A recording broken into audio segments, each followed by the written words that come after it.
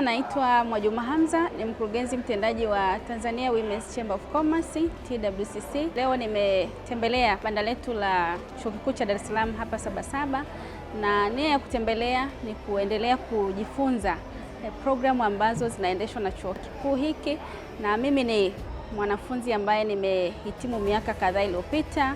Nimesoma chuo hiki masters, lakini pia degree, lakini pia ni mjumbe wa kamati ya Convocation Committee ya Chuo Kikuu cha Dar es Salaam. Nina furaha kuona chuo kinaendelea kufanya vizuri.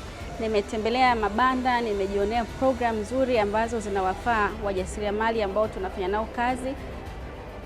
Kwa mfano nimeangalia kwenye eneo la research, kuna programu mpya chuo imekuja nacho kwa ajili ya kupublish kwa pamoja research ambazo zinafanywa na wataalamu kutoka kwenye chuo chetu hiki, na ninaamini ni program nzuri kwa sababu itasaidia Watanzania hasa sekta ya biashara kuweza kuaccess hizo research na kuweza kusoma kuona namna gani zinaweza kuwasaidia kwenye biashara.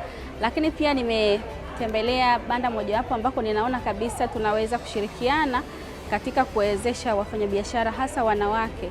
Sasa hivi nchi yetu imeanza utekelezaji wa dira 2050 tangu tarehe 1 siku ya jana, na sasa uchumi wetu unaenda kuwa uchumi wa kidigitali ili kuhakikisha tunafikia uchumi wa dola trilioni 1, lakini pia uchumi shindani na uchumi jumuishi. Kwa hiyo tutashirikiana na chuo kuhakikisha kwamba wafanyabiashara wetu pia wanapata elimu ya masuala yanayohusiana na kidigitali, kwa sababu tunazungumzia AI ni fursa kubwa sana kwa ajili ya kuwarahisishia wafanyabiashara kwenye kazi zao, lakini pia tunazungumzia elimu ya tehama kwa ujumla kwa wafanyabiashara, na tunatamani pia wawe wabunifu hasa vijana, lakini tunatamani wanawake pia watumie mifumo ya tehama pia katika kuhakikisha kwamba kazi zao zinarahisishwa na wanapunguza muda mwingi ambao wamekuwa wakispendi katika kuhakikisha wanaandaa pengine matangazo, kuandaa video za biashara na kadhalika. Kwa hiyo kuna opportunity nyingi naziona kwenye chuo hiki, na niwapongeze sana, banda limependeza. Always Chuo Kikuu cha Dar es Salaam ni chuo kikubwa cha Tanzania.